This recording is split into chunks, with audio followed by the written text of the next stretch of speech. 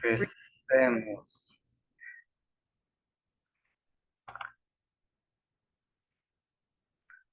¿Cuántos estamos? Solo dos estamos. Buenas noches, Tim. ¿Cómo está Nidia? Nidia Johnny. ¿Cómo están sus compañeros? Buenas noches, Inge. ¿Cómo están? Bueno, esperemos que se vayan conectando.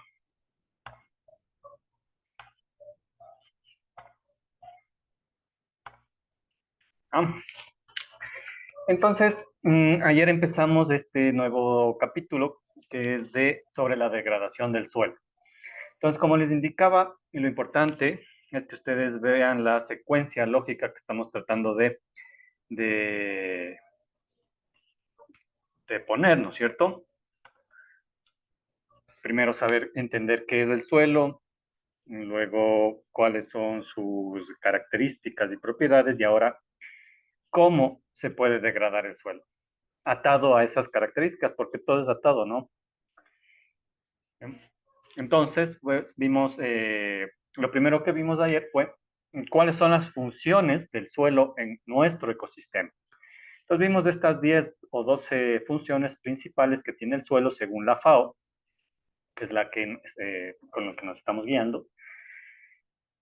Y habíamos dicho que la degradación como concepto definido por la ONU, con la FAO, que es su rama para alimentación y agricultura, implica que el suelo va a considerarse como degradado o en procesos de degradación siempre que uno analice que alguna de estas funciones ha empezado a mermarse, ¿sí?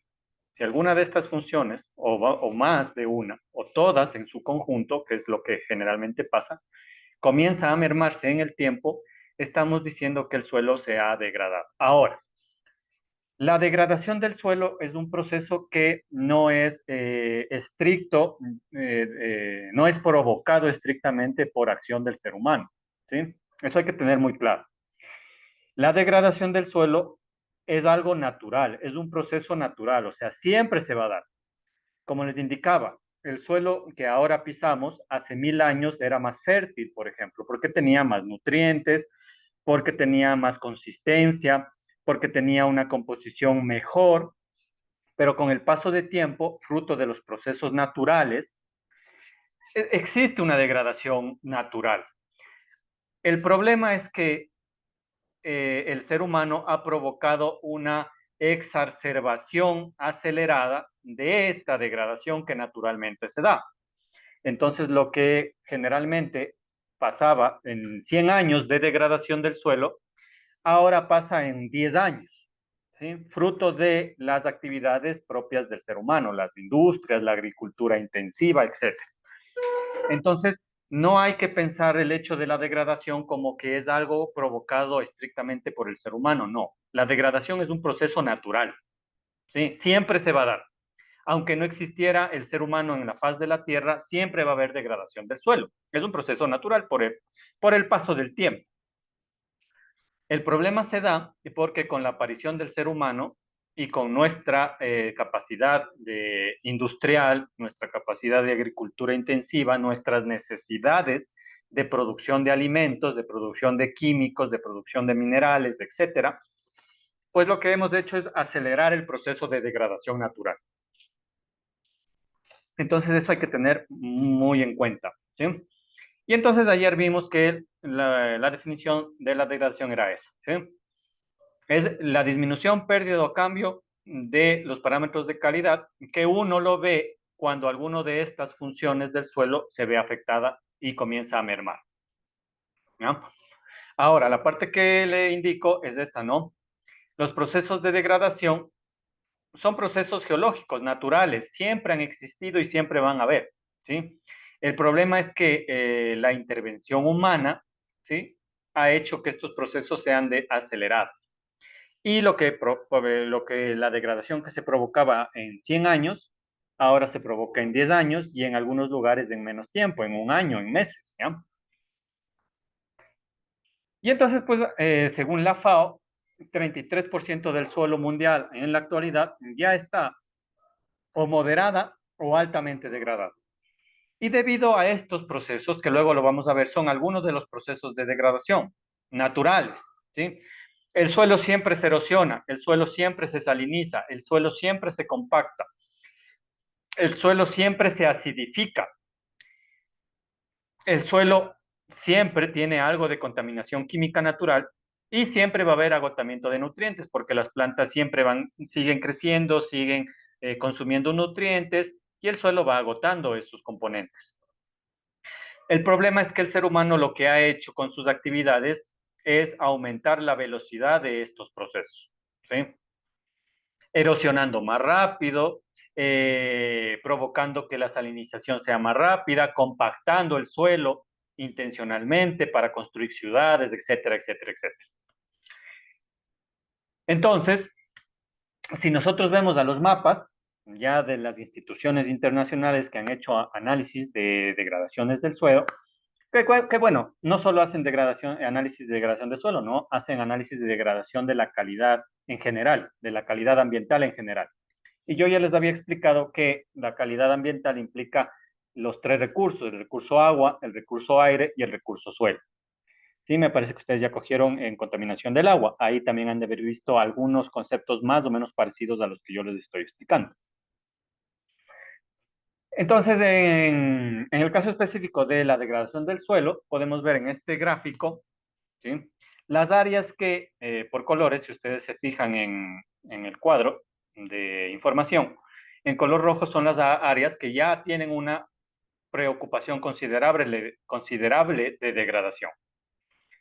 En color medio tomate, áreas que generan algo de preocupación, ¿sí? Están no tan degradadas, pero tienen algún problema de degradación. En verde es terreno estable y en plomo es tierra que no está cultivada. Entonces, fíjese, a nivel mundial, hay grandes áreas que ya tienen graves problemas de degradación del suelo, ¿sí?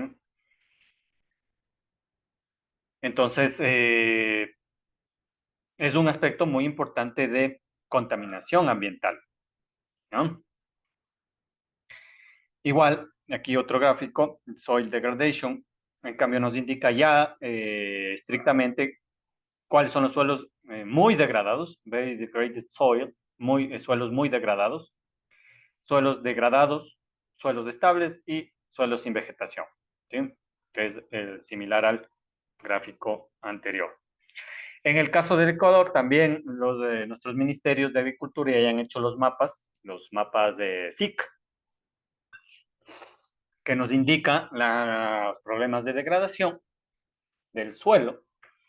Entonces ahí en la leyenda, si ustedes se fijan, aquí en esta leyenda, pues tenemos en verde que hay degradación biológica y natural. Fíjese que aquí le pone degradación natural, ¿no? Porque la degradación, como le insisto, siempre va a existir. Así no exista seres humanos, ¿sí? Por efecto propio de la naturaleza y paso del tiempo, siempre va a haber algo de degradación natural. Y eso es obvio porque, claro, mire, todas estas regiones de la Amazonía, que no tienen muchos habitantes, pues el hombre no tendría ningún proceso de degradación, no influiría en los procesos de degradación. Pero sí hay degradación por efectos naturales, ¿sí? Aquí en azul es la degradación del agua, obviamente que eso habrá en las riberas de los ríos. En tomate, deterioro físico del suelo. ¿Sí? Aquí sí sería donde hay población. En violeta, deterioro químico del suelo. Esto es importante definir. Luego lo vamos a ver más a detalle, pero el suelo puede tener tres tipos de degradación, ¿sí? Físico, químico, biológico, ¿sí? Son tres tipos de suelo. Que es algo parecido, si usted se acuerda, cuando vimos el capítulo de formación del suelo, ¿sí? En la formación del suelo había tres mecanismos de meteorización del suelo. Cuando se formaba el suelo había el proceso de meteorización física, el proceso de meteorización química y el proceso de meteorización biológica, que eran los procesos que hacían que la roca madre se transforme en suelo. Fíjese que esos mismos procesos que forman el suelo, una vez que el suelo está formado, pueden convertirse en procesos que empiecen a degradar ese suelo. Porque esos procesos nunca se detienen. Eso es lo que usted tiene que tener claro. los mismos procesos que produjeron el suelo inicialmente, no es que desaparecen una vez que el suelo ya se ha creado, ya se ha formado, no. El suelo ya se ha formado y pues ahí estará.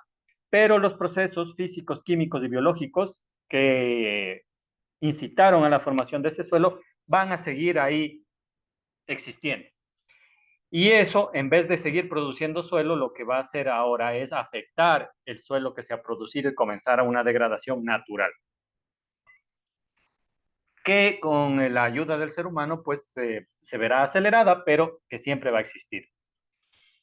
En rojo hay lo que se llama erosión eólica y en azul hay lo que se llama erosión hídrica. Entonces, fíjese que aquí, algo de esto bueno, nosotros ya vimos en balance de masa y energía respecto a la represa hidroeléctrica Coca-Cola Sinclair, ¿no? Recuerde que en el río Coca hay un grave problema de erosión hídrica, ¿sí? Se está llevando el río enormes pedazos de suelo de las riberas del río Coca y eso está llevando mucho sedimento a la hidroeléctrica. Y entonces justamente en este mapa se puede ver eso, ¿no? Si usted se fija aquí en donde dice erosión hídrica y usted se fija aquí en la provincia de entre Napo y Sucumbíos, este puntito azul oscuro nos indica gran erosión hídrica. Y si usted se fija en este gráfico que le he puesto al lado, que justo es de esta zona, mire, esta zona de aquí, que es esta zona en el mapa, y si usted amplía la hidroeléctrica Coca-Cola Sinclair, es de este puntito rojo, ¿sí? Aquí le indica Coca-Cola Sinclair, y justo es de este punto que está aquí. Está dentro de este punto donde nos indica que hay gran erosión hídrica, ¿no? Entonces, fíjese que los estudios que debieron haber hecho para antes de hacer la represa debieron haber incluido estudios de erosión hídrica, erosión eólica, o sea, de estabilidad del suelo, o sea, de degradación del suelo. Si los tomaron en cuenta o no los tomaron en cuenta, eso yo no lo sé, pero parece, ¿sí?, de lo que se sabe, que no han tomado mucho en cuenta estas consideraciones, ¿no? Entonces me pareció interesante ponerle esta comparación, ¿sí?, que aquí está indicada, entre lo que es un mapa que se hace un estudio de suelos, de degradación del suelo, versus lo que realmente está pasando en la vida real, ¿no? Con alguna construcción que esté por ahí, en este caso de la represa. Entonces, en este caso, sí está cuadrando perfectamente lo que nos indican los estudios versus lo que la realidad nos está mostrando. Ahora, como les indicaba, hay distintos tipos de degradación. Básicamente hay tres tipos de degradación. Ahora, hay tres formas de degradación, pero se ha clasificado en dos tipos los procesos de degradación, ¿ah? Que es lo que nos indica aquí. Entonces, para no confundirnos, ¿ya? Hay dos tipos de degradación respecto a quién produce la degradación, ¿sí? Que sería la degradación natural y la degradación inducida por el hombre, inducida por el hombre, ¿sí? Que es la que están aquí divididas, ¿no? Esta primera es la degradación natural, que es fruto de la formación del suelo. Los mismos procesos que formaron el suelo luego van a comenzar a degradar ese suelo. Entonces, ese tipo de degradación siempre ha existido y siempre va a existir. Y hay la degradación inducida por el hombre, que es específica del uso de tierra que le estamos dando nosotros al suelo, pero que únicamente lo que hace es acentuar los efectos de una degradación natural, es decir, hacen que se acelere la degradación natural, ¿sí? Y ya deja de ser degradación natural, aunque los procesos sean los mismos, ¿no? Solo que son más rápidos. Y naturalmente este tipo de degradación natural no es rápida, ¿sí? Se demora su tiempo, porque son tiempos geológicos. Al momento que el hombre acelera esos procesos de degradación natural, aunque sean de las mismas características, pues ya dejan de tener el nombre de natural y comienzan a llamarse degradación inducida por el hombre. Entonces, ¿cuáles son los procesos naturales de degradación? Pues son tres, los mismos procesos que formaron el suelo. Degradación física, degradación química y degradación biológica. En la degradación física, nosotros tenemos los procesos de compactación, los procesos de sellado por ocupación permanente, los procesos de erosión y los procesos de desertificación. ¿Sí? En la degradación química, lo que tenemos son procesos de disminución de la fertilidad del suelo y los procesos de desbalance químico. En la degradación biológica, lo que tenemos es un empobrecimiento de la materia orgánica y un empobrecimiento de la biodiversidad biológica del suelo. ¿Sí? Estos son los procesos que se pueden dar y que se conocen como degradación. Ahora, en el caso de degradación inducida por el hombre, pues tenemos los procesos agrícolas, los procesos de contaminación urbana y los procesos de contaminación industrial. Ahora, estos tres, aunque tienen nombres específicos que se concatenan con la acción del hombre, ¿sí? Porque los procesos agrícolas son por la agricultura del hombre, contaminación urbana es por las ciudades donde viven los hombres, y la contaminación industrial es por las industrias, pues, de las personas.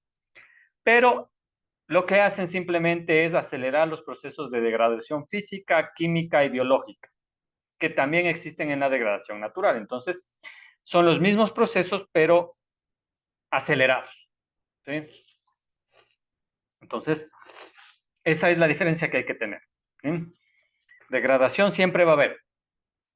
Entonces, degradación natural siempre va a haber, por degradación física, química, biológica, cualquiera de estas que están aquí enumeradas. Y el hombre lo que hace simplemente es, mediante sus acciones agrícolas, urbanas o industriales, acelerar estos procesos de degradación naturales. ¿Sí?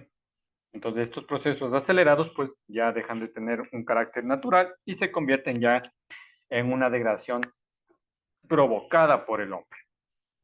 Entonces, en este diagrama, pues ya nos indica justo estos tres tipos de degradación natural, ¿sí? Física, química y biológica, con ya estos son nombres específicos, ¿no? Que se le ha dado a cada proceso de degradación específica. El endurecimiento o compactación, la erosión hídrica o eólica, la desertización. ¿Sí? Todos estos son procesos de degradación, pero tienen algo en común, que son procesos físicos. ¿Mm? En degradación química, lo que ya nos indicaba el párrafo anterior, pérdida de fertilidad y desequilibrios químicos, acidificación, salinización, presencia de elementos tóxicos. Todos estos son procesos químicos. Y en degradación biológica, pérdida de materia orgánica, disminución de actividad biológica y pérdida de micro y macrofauna. ¿Sí? Esos serían los nombres específicos de cada proceso de degradación. Pero, a su vez, todos estos tienen en común su naturaleza, en este caso biológica, su naturaleza química y su naturaleza física. Entonces, se han aglomerado todos los procesos de degradación en tres categorías, ¿no? Degradación física, química y biológica. Los procesos naturales tienen estos tres tipos de degradación, pero lo hacen de forma lenta, ¿sí? Y la acción humana lo que hace es tener estos tres tipos de degradación, pero de forma más rápida, ¿sí? Entonces, analicemos primero justo en este orden de este diagrama, primero los procesos de degradación física, que serían estos tres, luego los procesos de degradación química, que serían estos de aquí, y luego los procesos de degradación biológica, que serían ya los que están aquí en esta parte. Entonces, degradación física, ¿no? El primero sería la compactación del suelo.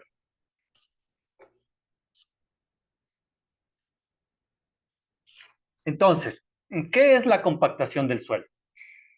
La compactación del suelo está atada, sí, déjenme ver, aquí en esta imagen podemos nosotros entender muy bien qué es la compactación del suelo, la degradación por compactación del suelo, que aquí está en inglés, no, soil compactation. Y esto está atado a una de las propiedades más importantes que vimos en el capítulo anterior de propiedades del suelo, que es la porosidad, ¿sí? Que a su vez estaba atada a la densidad aparente. Entonces, si usted recuerda, nosotros analizamos que el suelo, dependiendo del tamaño de partículas de las que está conformado, recuerde arcilla, limo o arena, deja espacios, los poros, ¿sí? Por los cuales el agua y el aire pueden entrar y de donde la raíz puede captar esa agua y los nutrientes que están disueltos en esa agua. Eso ya nos quedó claro en las propiedades. Ahora, ¿qué pasa si el suelo comienza a perder estos poros? Es decir, estos espacios huecos entre las partículas comienzan a cerrarse, porque las partículas comienzan a acercarse, es decir, a compactarse, ¿sí? Eso va a tener un grave problema porque si los poros comienzan a desaparecer, o sea, si la porosidad comienza a disminuir, el agua y el aire ya no va a poder entrar tan profundo. Y las raíces de algunas plantas que son profundas, primero que ya no van a tener acceso al agua y al aire porque ya no puede entrar ese agua y el aire muy profundo.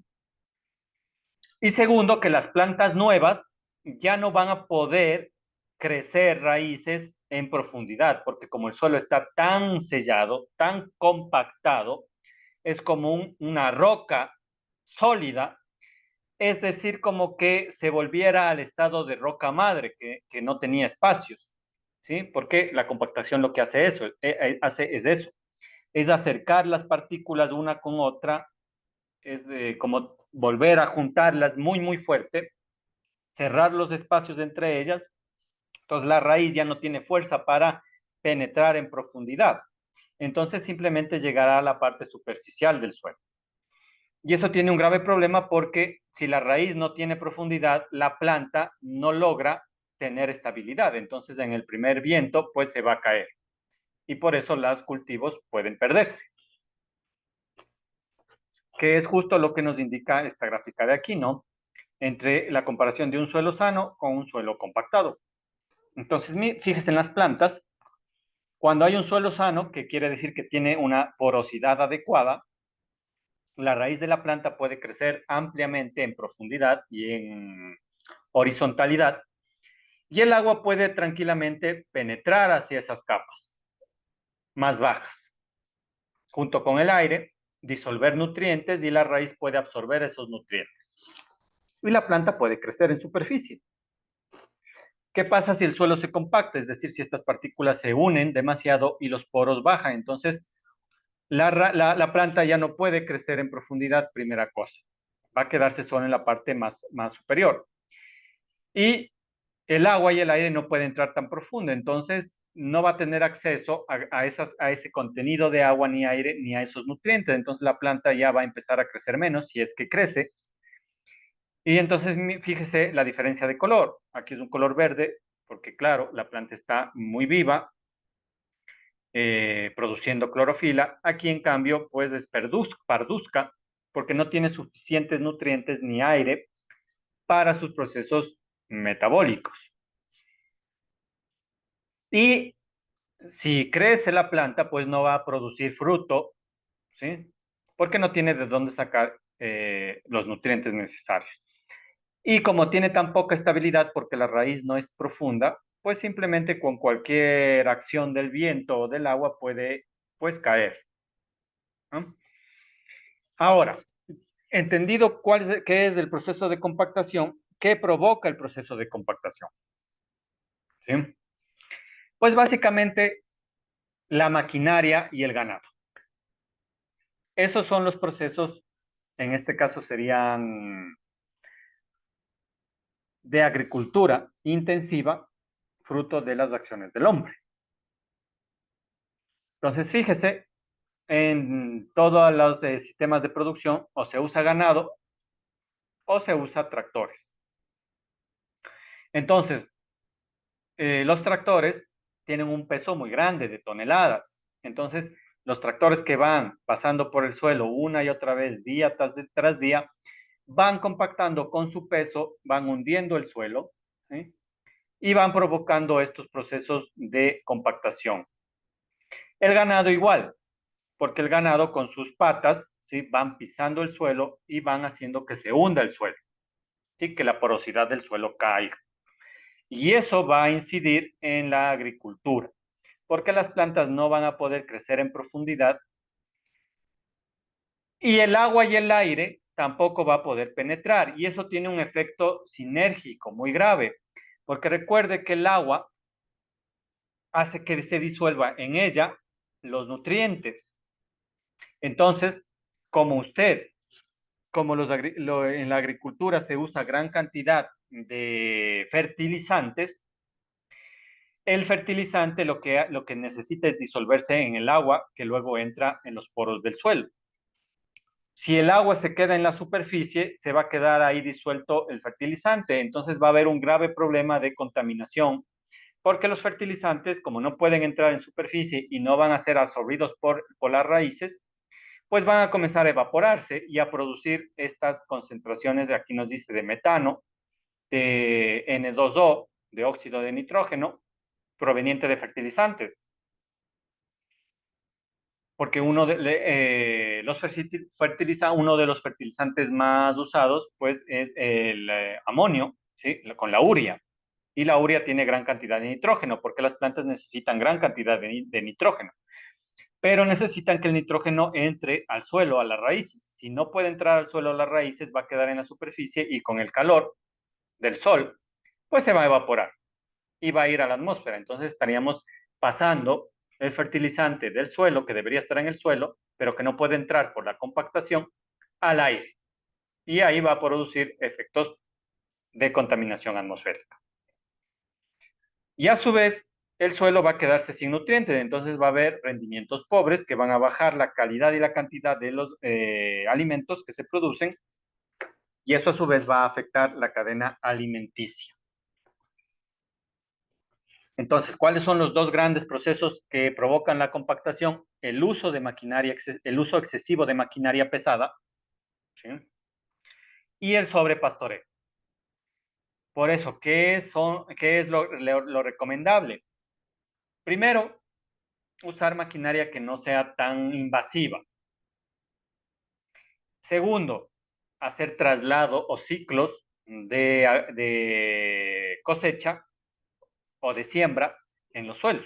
Es decir, hacer un proceso de siembra y cosecha en un suelo y luego al año siguiente dejar a descansar a ese suelo para que se recupere e ir a otro suelo. Y luego volver, ¿no? A hacer un ciclo de descanso, siembra, descanso, siembra. Eso es lo que se debería hacer o lo que nos recomienda, pues,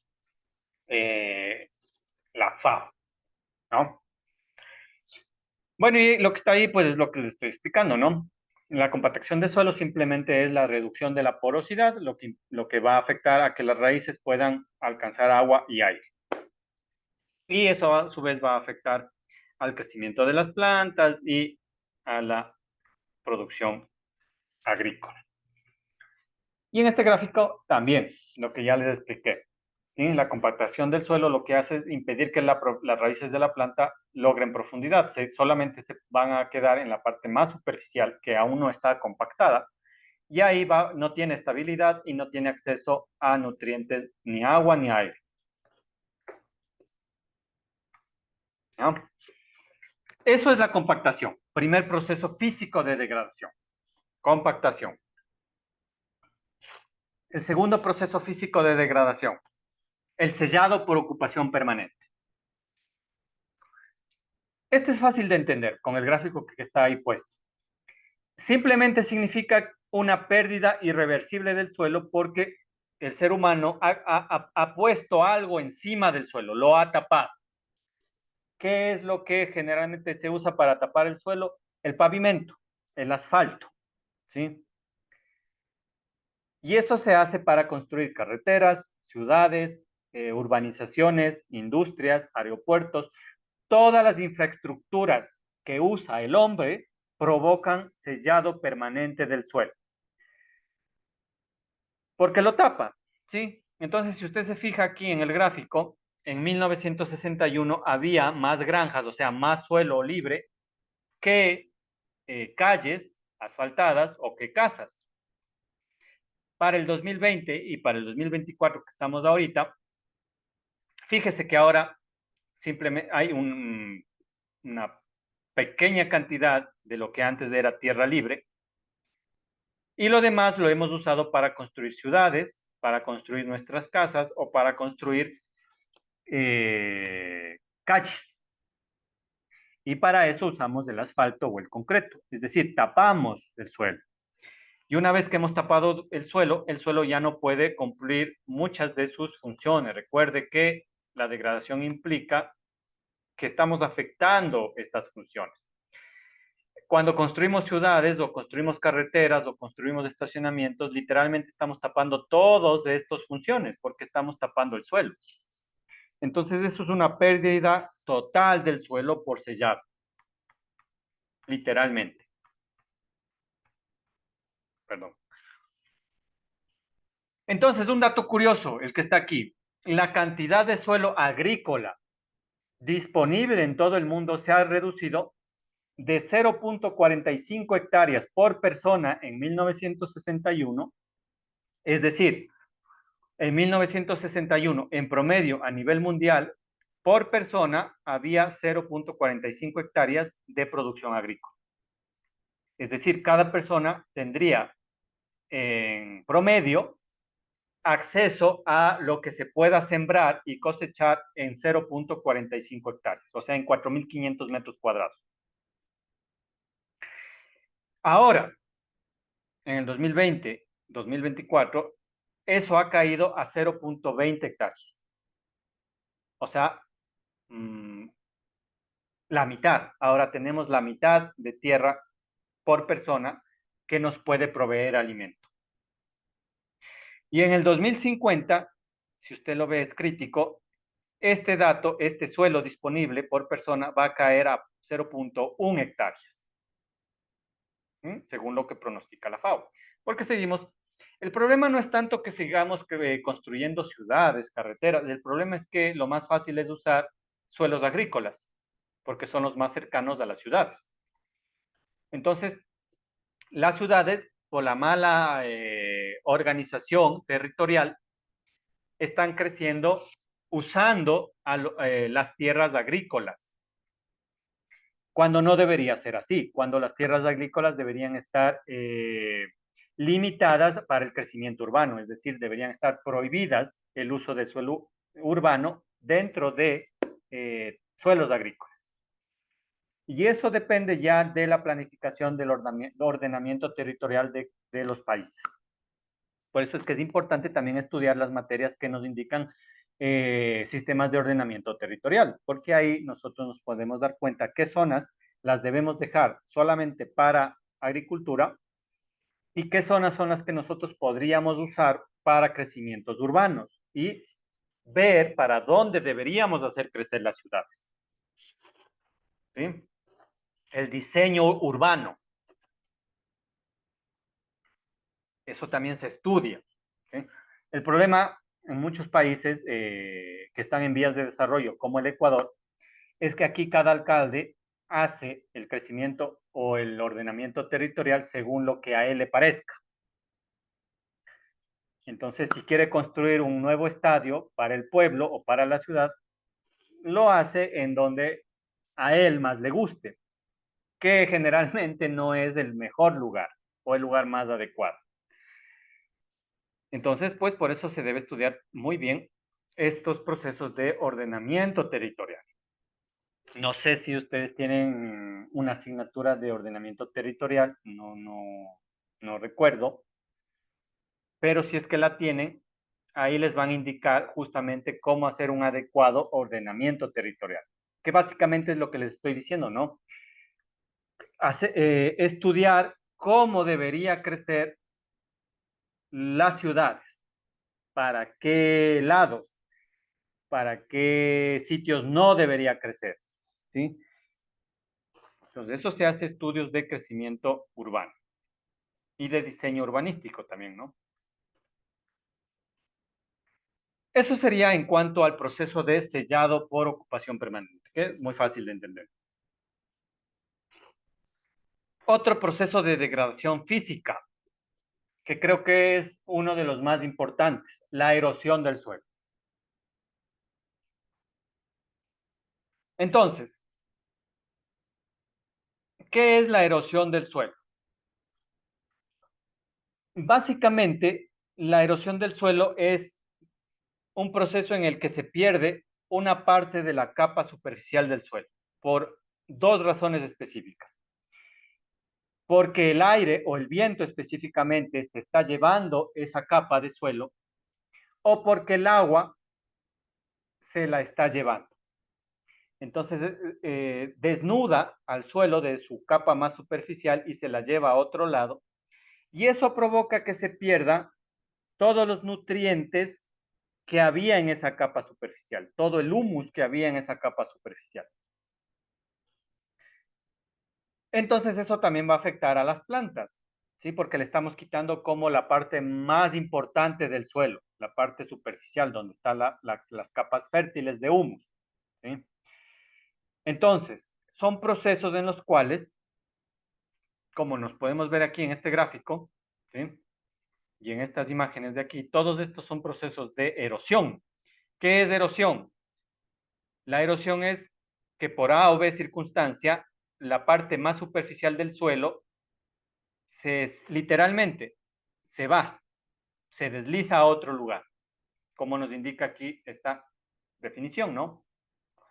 La erosión es un proceso en que se va perdiendo la capa superficial del suelo, que es la que proporciona a las plantas la mayoría de nutrientes y el agua que necesitan. Ese es el problema.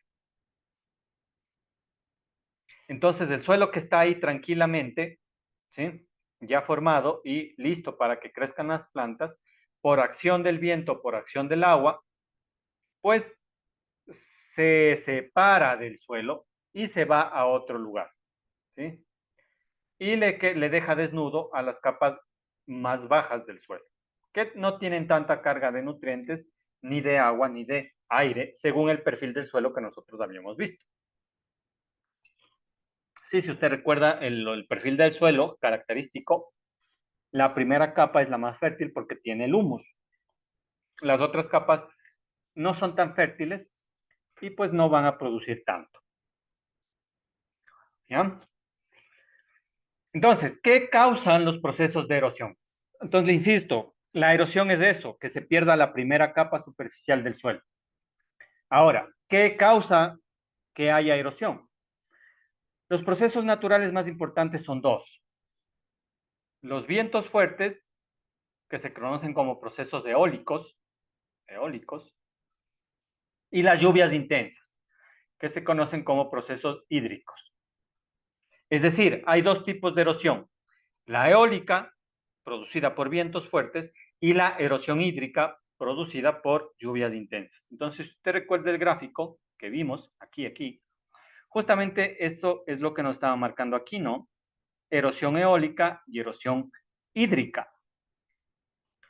Ambas erosiones lo que hacen es quitar la parte superficial del suelo, llevarse de ese lugar a otro lugar.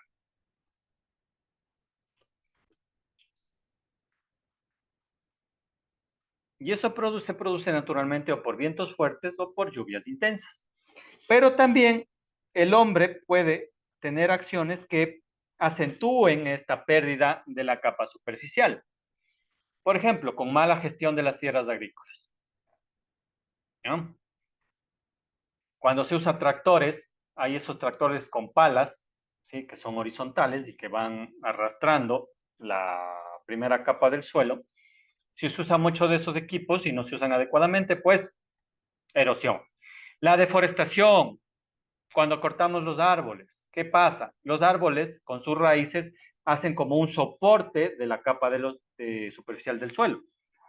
Pero si quitamos los árboles, quitamos ese soporte, entonces el suelo tranquilamente puede moverse de un lugar a otro. Pastoreo excesivo, porque el ganado con sus pezuñas pues van cavando cuando caminan el suelo y ese suelo se va transportando poco a poco de un lugar a otro. Minería, obviamente, con el uso de minería porque se debe usar explosivos para romper las rocas, entonces estamos haciendo erosión, pero súper intensiva. Alteraciones de los terrenos debido a la construcción, obviamente, porque remoción de tierras nosotros le llamamos a la erosión, los ingenieros civiles. ¿Sí? En vez de decirle vamos a erosionar el suelo para construir un nuevo edificio, pues no, ellos le dicen remoción del suelo. Así es como ponen en los planes, en los estudios de impacto ambiental. ¿Sí? Procesos de remoción del suelo para que no se oiga tan feo. ¿Cuándo deberían poner proceso de erosión del suelo, no? Pero claro, si ponen eso no les aprueban en el ministerio o en el municipio, entonces se usa ese otro criterio.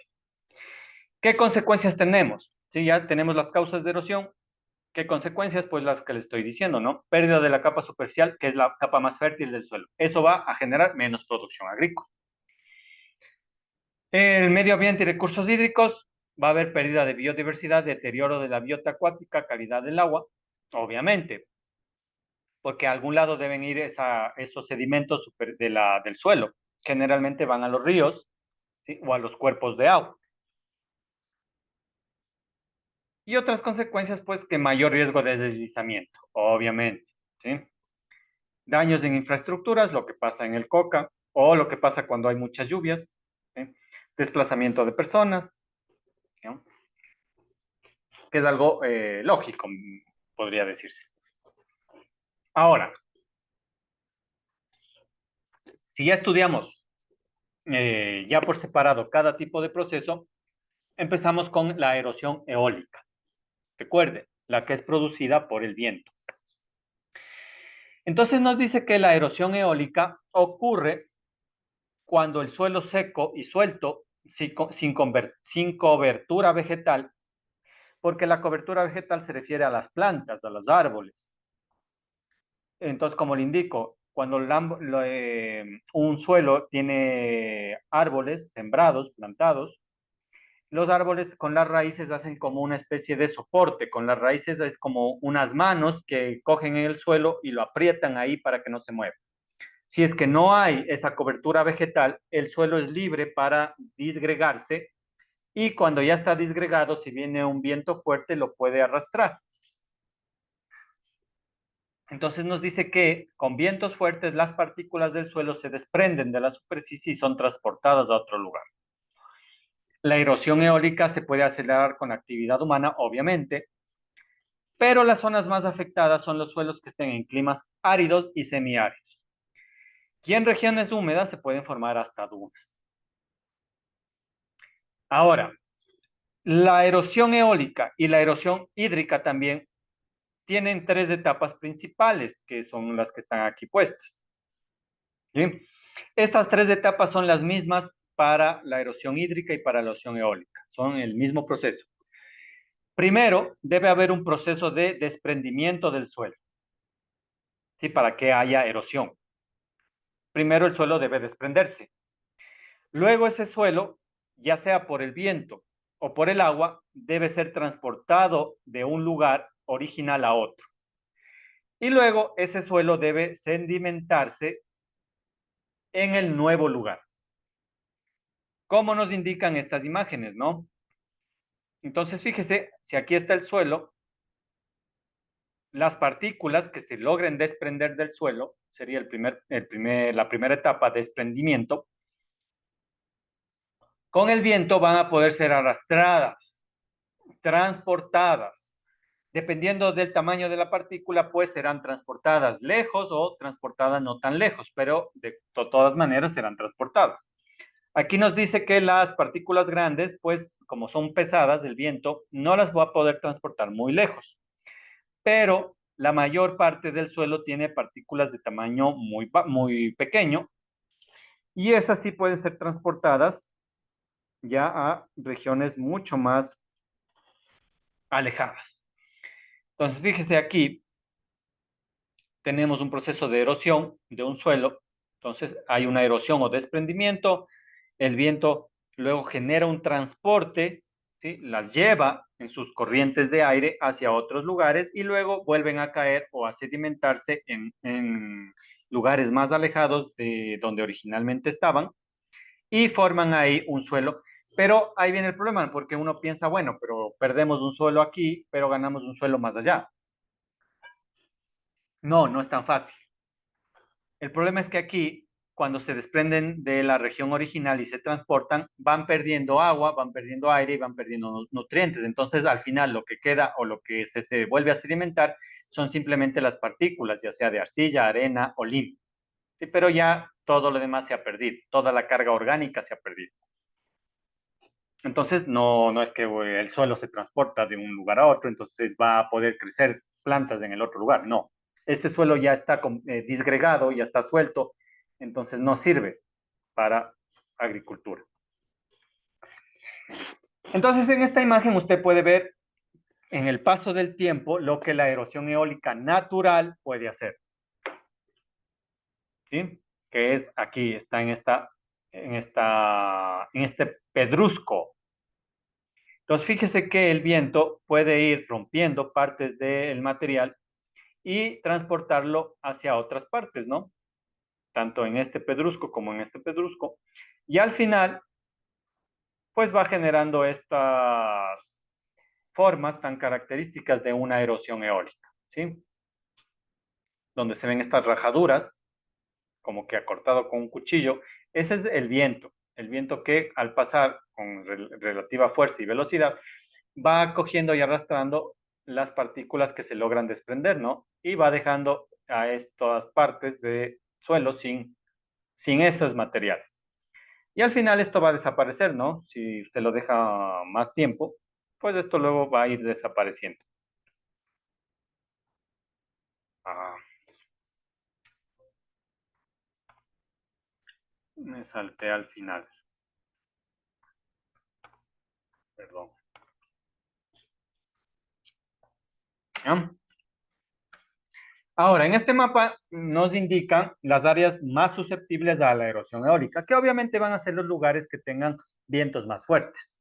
¿Sí? Entonces, si usted se fija, los vientos más fuertes están donde se producen pues, ciclones, tornados, en la parte de Estados Unidos, la parte del África, del Sahara, Arabia Saudita, toda la parte norte de Rusia, la parte de Australia, que si usted se fija y usted va a un mapa, todas estas zonas son de climas áridos, es decir, hay gran cantidad de desiertos, en especial en el Sahara, ¿no? Todo esto es desierto. Arabia Saudita, desierto. Irán, desierto. La parte de aquí de Rusia no es desierto, pero son estepas, que son climas áridos. Esta parte de aquí son los desiertos de Sonora, ¿sí? Del Valle de la Muerte de Estados Unidos, de Norteamérica, y esto son los desiertos de Australia. Aquí los desiertos de Namibia. Entonces, todos estos lugares que son áridos son muy susceptibles a la erosión eólica. ¿Por qué? Porque en estos climas áridos es más fácil que las partículas se suelten del suelo. En climas húmedos no es tan fácil, aunque el viento sea fuerte, porque claro, como el agua es un aglomerante también, hace que las partículas como que se peguen y no sean tan fácil que se separen unas de otras. Pero en las partes que son áridas, que tienen poca humedad, pues no hay como este pegamento natural, que es el agua, y tranquilamente un viento puede barrer las partículas. Entonces, fíjese que la erosión eólica puede ser tan fuerte, tan potente, dependiendo de las zonas, que pueden ocurrir casos como estos, ¿no? Que tal vez usted haya escuchado, pero que fue una noticia a nivel internacional que provocó esto, ¿no? Que es una foto tomada por satélite en donde se ve cómo los vientos logran trasladar suelo del desierto del Sahara que está en África, ¿sí? Todo el océano Atlántico, a través de todo el océano Atlántico, hasta llegar a las costas mexicanas y a todas las Antillas, y a la parte norte de Venezuela y de Colombia. Entonces, fíjese que la erosión eólica puede tener esta magnitud, ¿no? Una magnitud global que logra transportar partículas de suelo desde un continente, en este caso africano, hasta otro continente, en este caso el americano, pasando un océano entero, que es el Atlántico. Eso es pura erosión eólica. Entonces es un proceso que puede llegar a ser bastante fuerte. Más, creo que yo les había puesto un video de eso en su plataforma. Sí que son estos de aquí, ¿no? Entonces vamos a verlos para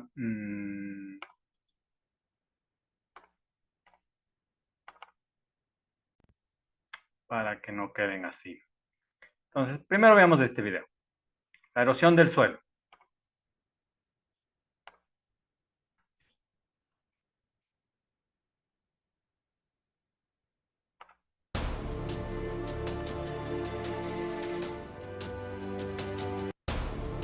Entonces ahí pueden ir leyendo, ¿no? Lo que nos está tratando de explicar el video, ¿no? Nos dice que una superficie de suelo equivalente al tamaño de un campo de fútbol se erosiona cada 5 segundos en el mundo. Entonces usted tenga la idea, ¿no? Una superficie, lo que le está diciendo, una superficie, la capa superficial, que más o menos es unos 2 a 3 centímetros de suelo, del tamaño de un campo de fútbol, se erosiona, es decir, se barre desde un lugar y se va hacia otro lugar, cada 5 segundos.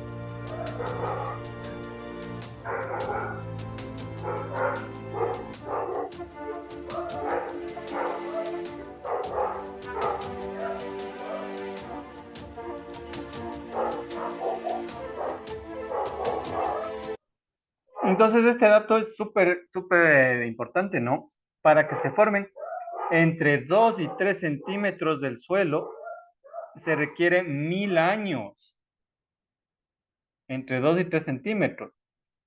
Y nos indica que cada 5 segundos, esos 2 y 3 centímetros se barren, ¿sí?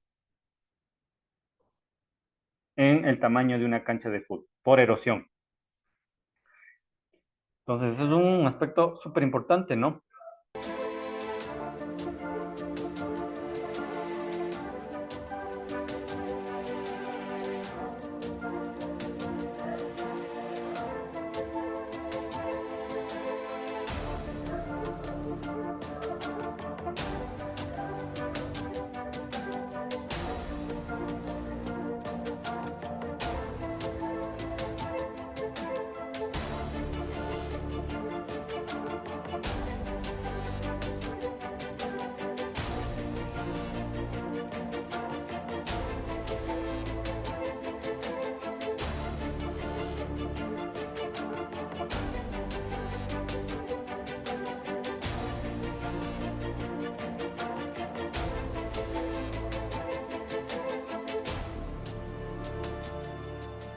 ¿Ya? Y ahora veamos este que es de la imagen satelital que se tomó de esta gran migración de suelo del Sahara que llegó desde el África hasta el continente americano, que fue una noticia a nivel mundial, ¿no? ¿Por qué fue noticia a nivel mundial? Porque eso provoca contaminación por el material particulado, ¿sí? Eh, en grandes zonas de México y de Estados Unidos, el cielo por un día se tornó naranja. ¿Por qué se tornó naranja? Por las partículas del suelo del Sahara, ¿sí?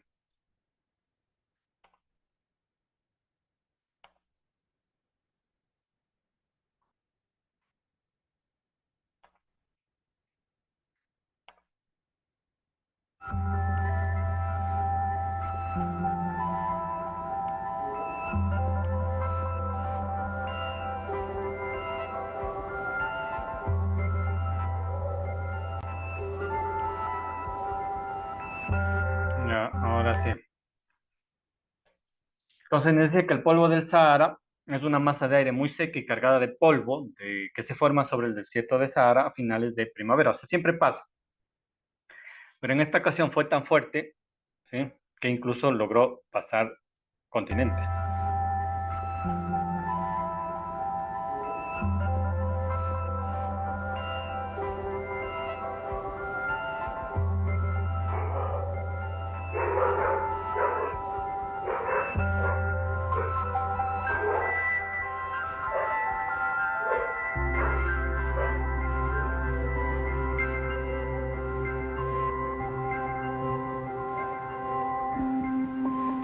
Miren, esta imagen es increíble, ¿no?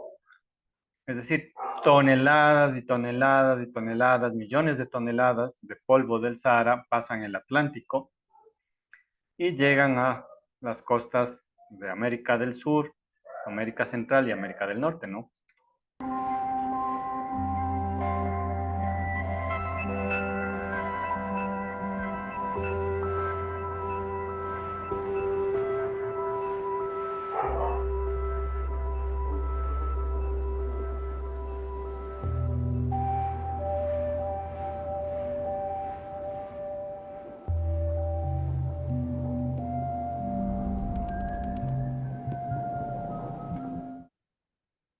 Entonces, la erosión eólica pues puede ser un proceso muy fuerte a nivel mundial, en zonas específicas, obviamente, ¿no? Pero en realidad nos afectan a todos.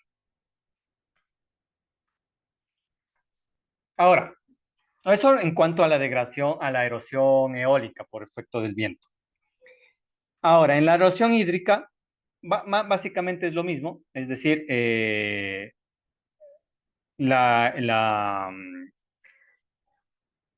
el retiro de la capa superficial del suelo, pero en este caso por efecto del agua que corre, por efecto de las lluvias demasiado intensas que se van llevando a su paso, ¿sí?, la parte más superficial del suelo, como se le puede ver en la imagen, ¿no? En esta imagen, pues, de efecto del agua, ¿sí?, que puede ser por una lluvia muy fuerte, pues va generando estos canales que todos debemos de haber visto en el suelo alguna vez. ¿Qué son estos canales? Eso es la erosión por el agua, la erosión hídrica, ¿sí? Se está llevando grandes pedazos de suelo a otros lugares, ¿sí?, y está desnudando las capas más profundas del suelo. ¿Eso qué hace? Que a su vez también se pierda esta primera capa, que es la más fértil, pero causa que el agua, recuerde, el agua es un disolvente, no como el viento, que en el caso de la erosión eólica. En el caso de la erosión hídrica, como el agua a su vez puede disolver los minerales presentes en este suelo, luego puede ir a parar en los ríos y en los lagos o en el océano. Y eso a su vez puede hacer que estos cuerpos de agua se contaminen con estos minerales y nutrientes que son buenos cuando están en el suelo, pero cuando están en el agua son malos, ¿sí? Porque son químicos al fin de cuentas que van a parar en el agua. Entonces, la vida acuática puede que no esté preparada para tratar con esa cantidad de nutrientes que deberían estar en el suelo, pero que son arrastrados con el agua y llegan a estos cuerpos de agua. En el peor de los casos, pueden producirse procesos de eutrofización, que usted ha de haber visto en la asignatura de control de contaminación del agua, ¿no? Entonces, el agua lo que puede hacer es provocar este desprendimiento de la capa superficial, barrer con la capa superficial, pero tiene también el efecto de disolver los minerales y nutrientes que estén en esa capa e ir a parar en los cuerpos de agua, en ríos, lagos, océanos. Y a su vez puede generar una contaminación química de esos cuerpos de agua. Y en el peor de los casos, como le indico, puede provocar procesos de eutrofización. ¿Qué es la eutrofización? Si usted recuerda, pues es un crecimiento exagerado de fauna de algas, ¿sí? Porque claro, como hay más nutrientes que le pertenecen al suelo, que no deberían estar en el agua, pero por efecto de la erosión llegan al agua, pues las algas pueden crecer mucho más rápido. Y al final pueden generar un proceso de eutrofización, que es un crecimiento acelerado de algas y a su vez una muerte de cualquier otro organismo que esté en ese cuerpo de agua. Es decir, las algas consumen todo lo que esté a su paso, dejando nada para los peces u organismos menores que deberían vivir en esos cuerpos de agua. ¿Ah? Ahora, la erosión hídrica también tiene los mismos tres procesos, las mismas tres etapas, perdón, que la erosión eólica, ¿sí? Que son las que nos indican aquí. ¿Sí? Hay la etapa de desprendimiento, entonces recuerde, son estas mismas tres etapas, ¿no? Desprendimiento, transporte y sedimentación, que son provocadas aquí por el viento, ¿sí? Pero son las mismas que son provocadas por el agua. Entonces, en la etapa de desprendimiento intervienen las gotas de lluvia. Las gotas de lluvia lo que hacen es, cuando caen, golpean el suelo con energía cinética que hace que se rompan las partículas del suelo superficial. Es decir, logran que se desprendan del suelo, ¿sí? Y luego, cuando ya las gotas de lluvia caen en el suelo y se forma la escorrentía, esa escorrentía genera el transporte de estas partículas que se han roto con las gotas, ¿sí? Y eso genera que estas partículas ya se vayan desplazando de un lugar al otro, ¿sí? Ya sea de forma rápida o no tan rápida, dependiendo de, primero, de la fuerza de la lluvia, o sea, de qué tan fuerte fue la lluvia.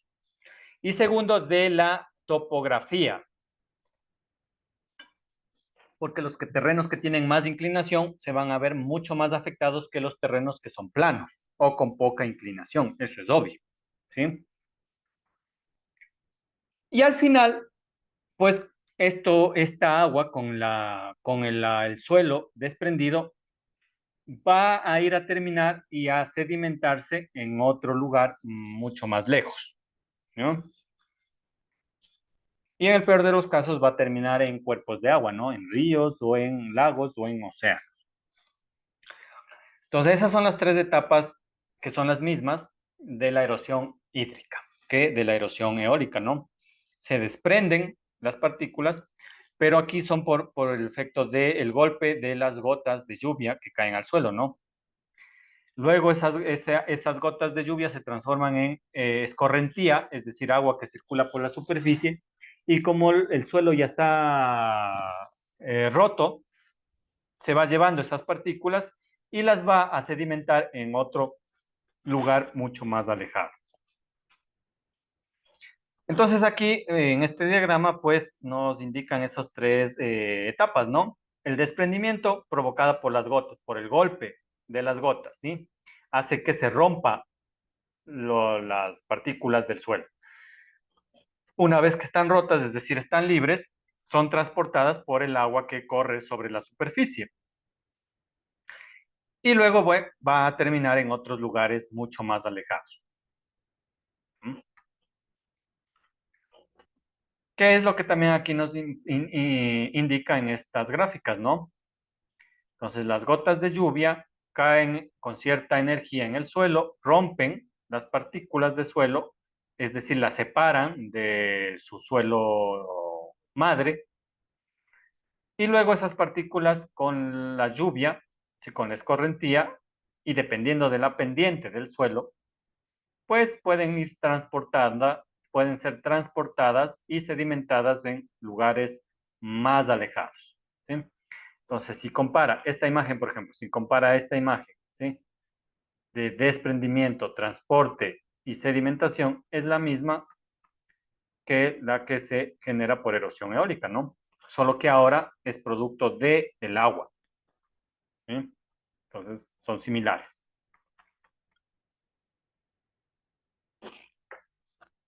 ¿Ya? Ahora, la erosión eólica, dependiendo de la fuerza de la lluvia, pues se ha clasificado en erosiones, en una subcategoría de erosiones, ¿no? No es tan importante esta parte, pero les he puesto aquí por conocimiento, ¿sí? Esto depende de la fuerza de la lluvia, ¿no? Si la lluvia es muy fuerte, si la lluvia es no tan fuerte, perdón, el agua que luego se transforma en escorrentía por la superficie puede generar un flujo laminar, es decir, un flujo que va ordenado de agua, entonces se va llevando las partículas que estén más o menos en esos canales. Es decir, una erosión como que un poco homogénea a lo largo de todo el suelo. Pero si la lluvia es demasiado fuerte, puede generar surcos en unas zonas que sean más susceptibles, ¿sí? Entonces, por ejemplo, en este suelo sembrado, si la lluvia ha generado un camino especial, un camino que se llama preferencial, y por alguna zona que, bueno, ha de haber sido la zona más susceptible del suelo, y entonces todo el agua que corría de la lluvia se iba a esa zanja. ¿Sí? Entonces el suelo que está a los lados de la zanja, pues relativamente queda libre de erosión, pero aquí se forma una especie de riachuelo, fruto de la lluvia, que ha logrado cavar un surco preferencial y por ahí comienza a generar la erosión, ¿sí? Va ganando profundidad y a su vez luego va atacando o desprendiendo partículas de las partes que estén adyacentes. Y esto luego va a ir creciendo, ¿no? Si no se hace nada, o sea, si no se tapa luego de la lluvia esto y se lo deja, va a ir ganando profundidad y se va a ir generando más problemas con la siguiente lluvia, ¿sí? Como está aquí también, ¿no? Que se llama erosión en cárcavas, cuando los surcos ya son muchísimo más grandes. Usted los puede ver más o menos, esto ya tiene su profundidad. Entonces las lluvias siguientes lo que van a ir es acentuando estos procesos de erosión.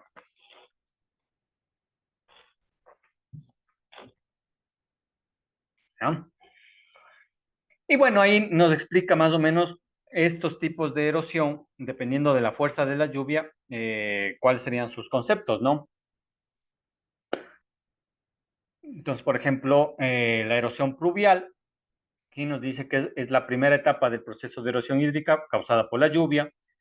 Las gotas básicamente bombardean la tierra expuesta y la desnuda y mueve las partículas destruyendo la estructura de la capa superior. Eventualmente causa la formación de costras superficiales que afectan negativamente la capacidad de infiltración del suelo y eventualmente resulta en una formación de escorrentías. Entonces nos está explicando este tipo de erosiones, ¿sí? Entonces nos dice que si las gotas de agua son demasiado grandes, ¿sí?, se han formado gotas muy grandes, pues van a caer como martillos sobre el suelo y van a formar como costras, que sí ha de haber visto usted cuando llueve muy duro. Sí, en unos lugares como que se lava el suelo y en otros como que se generan una especie de costras, ¿sí? Que luego eso afecta a que el flujo del agua sea más o menos normal. Entonces, el agua va a tener preferencia por ir por las partes donde no hay estas tipo costras, que es un suelo ahí hecho pelota. Y eso a su vez va a incentivar que aquí se vaya formando más canales, ¿sí? Y vaya barriendo el suelo. Y los demás tipos que, bueno, ya les he explicado más o menos que depende de la lluvia, de la fuerza de la lluvia, que están ahí, que usted la puede leer. Lo importante es que usted entienda que la erosión eólica simplemente es esto, ¿sí? El agua rompe las partículas del suelo, las deja sueltas y luego cuando el agua comienza a correr por la superficie va barriendo estas partículas que se han roto y las va llevando a lugares más alejados del sitio original. ¿Sí? Estos tipos de erosión pues no son tan importantes porque todas son erosión hídrica. Ahora, lo que sí nos importa es qué medidas de control nosotros podemos optar, ¿sí?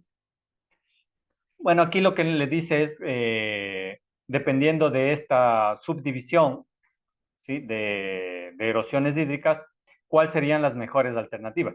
Pero independientemente de esto, todas estas son erosiones hídricas producidas por el agua, entonces cualquiera de estas medidas de control serían efectivas, ¿sí? Independientemente del tipo, todas son erosiones hídricas. La más importante para mí, mantener la capa vegetal, ¿sí? Entonces, yo no sé si usted, bueno, ha de haber tenido abuelitos o algo. Sí, le voy a hacer aquí. A ver si tengo algún espacio aquí, le voy a hacer, ¿ya? Si sus abuelitos o han tenido tierras de cultivo, generalmente los antiguos lo que hacían es sembrar en las partes internas y a los lados plantaban árboles,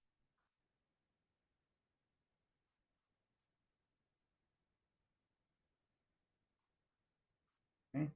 Árboles o plantitas, ¿sí? ¿Por qué hacían eso? Primero, lo usaban para delimitar su terreno, ¿no? De los otros de terrenos vecinos, pues lo usaban como bordes.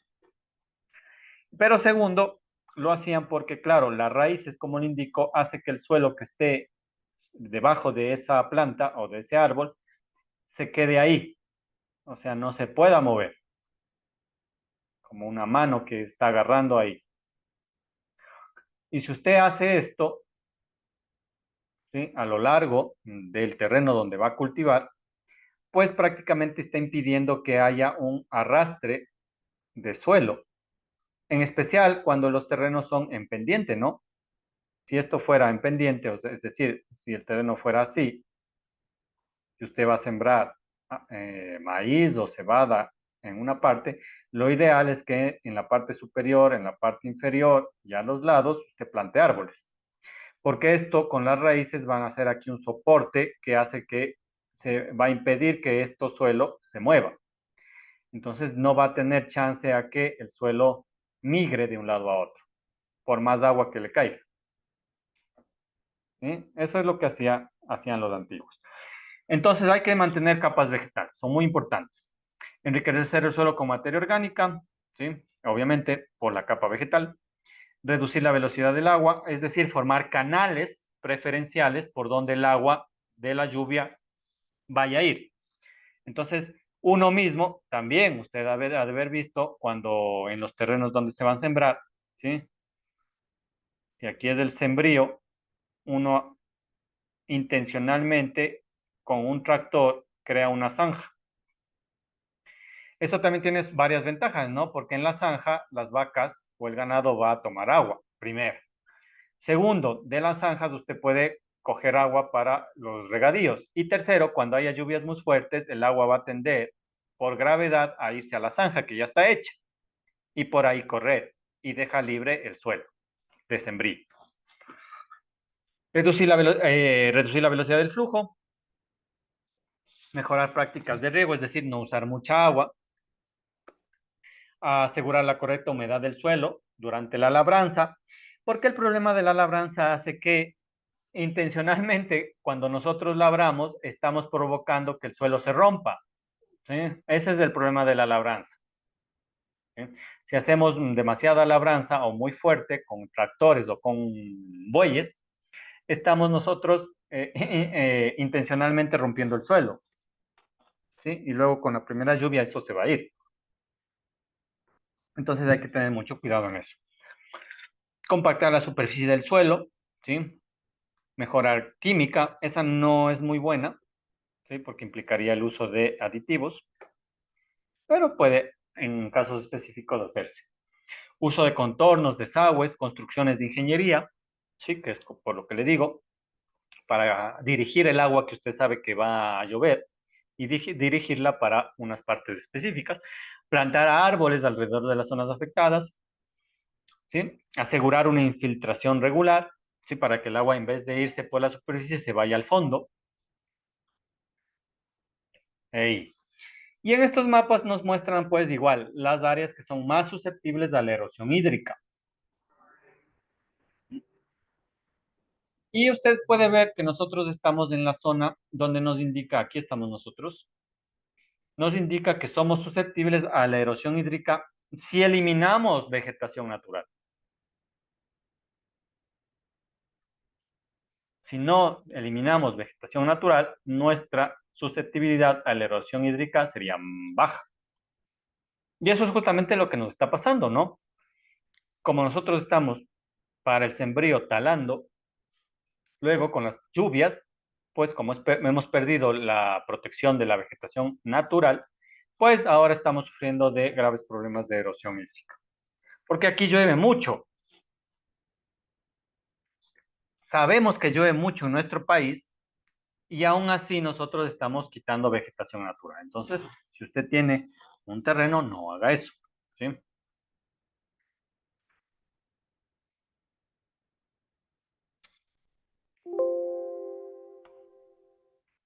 ¿No? Eso respecto a la erosión.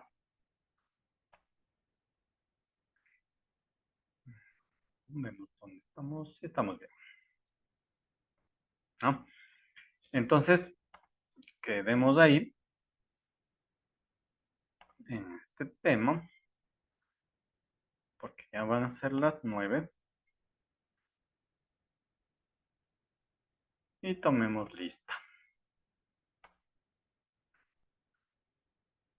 Recuerdo que ya podría hacer la tarea de perfil del suelo local y hacer el H5P de las características del suelo, ¿sí? Porque ya estamos en este tema, degradación del suelo. Entonces, podría ya hacer esas actividades para que no se le recargue. Entonces, vamos con el control de asistencia de el día de hoy 6.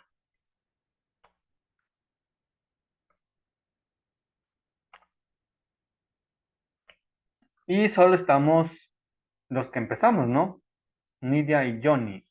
¿Saben qué pasó con sus compañeros, tal vez? No, Inge, no me ha informado nada. Hace ratito se conectó Hugo, pero de ahí se desconectó, no sé qué pasaría. Claro, Hugo creo que tiene dos problemas de conexión, pero los demás no. Bueno, pongámosle Nidia, que está, y Johnny.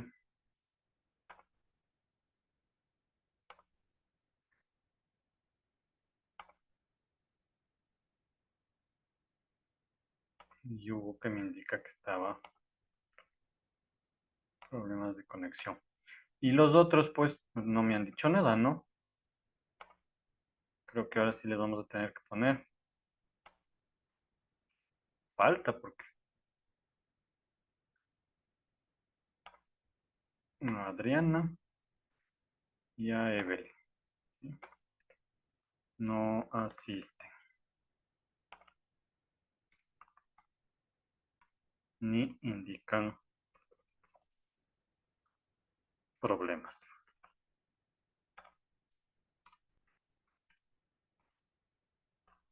Claro, porque como habíamos quedado en que les tenían que indicar a algunos de ustedes, pues nos hubieran dicho. Como Hugo que sabe conectarse, manda el mensaje y luego ya está.